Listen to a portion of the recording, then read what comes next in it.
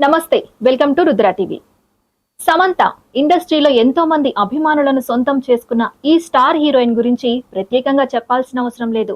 చాలా కాలంగా సినీ ఇండస్ట్రీలో టాప్ మోస్ట్ హీరోయిన్ గా వరుస సినిమాలతో దూసుకుపోతుంది ఈ బ్యూటీ. నేడు ఈ అందాల భామ పుట్టినరోజు. సోషల్ మీడియా వేదికగా సమంతకు అభిమానులు, సినీ సెలబ్రిటీలు పుట్టినరోజు శుభాకాంక్షలు తెలుపుతున్నారు. ఈ నేపథ్యంలో రుద్ర టీవీ తరఫున సమంతకు పుట్టినరోజు శుభాకాంక్షలు తెలుపుతూ శామ్ జీవితం గురించి కొన్ని ఆసక్తికర విషయాలు, అలాగే ఆమె ఎదుర్కొన్న ఒడిదుడుకుల గురించి తెలుసుకుందాం.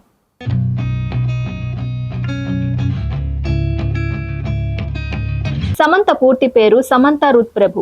ఈమె 1987 ఏప్రిల్ 28న చెన్నైలో జన్మించింది. సమంత తండ్రి పేరు జోసెఫ్ ప్రభు, తల్లి పేరు నినిట్టే ప్రభు. ఆమె తండ్రి ఆంగ్లో ఇండియన్ కాగా తల్లి సిరియన్ మలయాళీ. సమంత ఇద్దరు అన్నలు జోనాథ్, డేవిడ్లతో కలిసి చిన్న సంతానంగా పుట్టి పెరిగింది.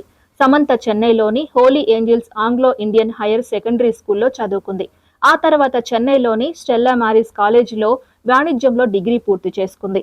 డిగ్రీ చదువుతున్నప్పుడు ఆమె మోడలింగ్ చేయడం ప్రారంభించింది.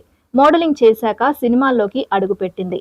తొలినాళ్లలో మోడలింగ్ చేసిన సమంత రవివర్మన్ దర్శకత్వంలో మాస్కోవిన్ కావేరి సినిమాలో నటించేందుకు ఒప్పుకున్నప్పటికీ తన తొలి చిత్రమైన ఏం మాయ చేశావే సినిమాతో తెలుగు పరిశ్రమలోకి అడుగుపెట్టింది.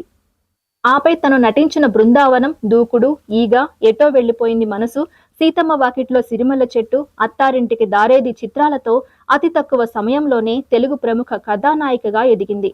రేవతి తర్వాత ఒకేసారి అటు తెలుగులోనూ ఇటు తమిళంలోనూ దక్షిణ భారత ఫిల్మ్ఫేర్ ఉత్తమ నటి పురస్కారాన్ని ఒకేసారి ఒకే ఏడాదిలో అందుకున్న నటిగా కూడా సమంత ప్రసిద్ధిగాంచింది.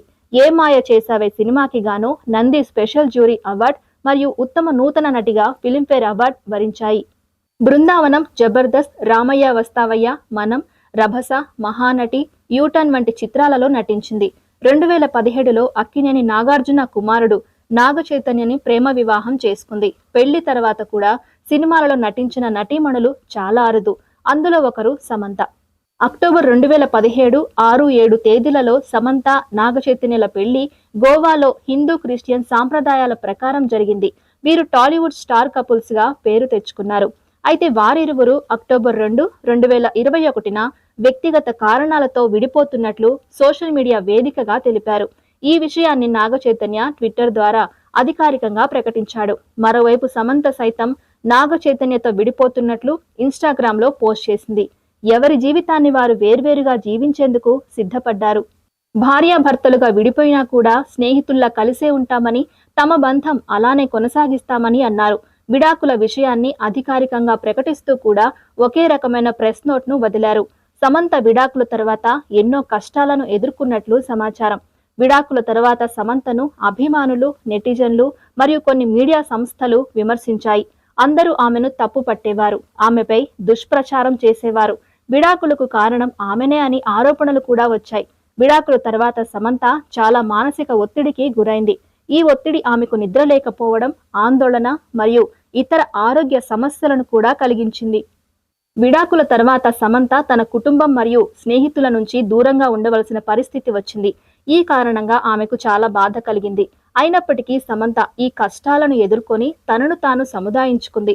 ఆమె తన వృత్తి జీవితంపై దృష్టి కేంద్రీకరించింది మరియు ఆమె ఒక సక్సెస్ఫుల్ నటిగా నిరూపించుకుంది. ఓవైపు తెలుగులోనే కాకుండా తమిళంలోనూ వరుస సినిమాలు చేస్తూ కాలీవుడ్ ప్రేక్షకులను ఆకట్టుకుంది. నీదానే ఎన్ పొన్వ సొంతం సినిమాతో తమిళ్ ఇండస్ట్రీలో గుర్తింపు తెచ్చుకుంది శామ్. ఇక Hindi web series family man లో రాజీ పాత్రలో నటించి పాన్ ఇండియా లెవెల్లో క్రేజ్ సంపాదించుకుంది.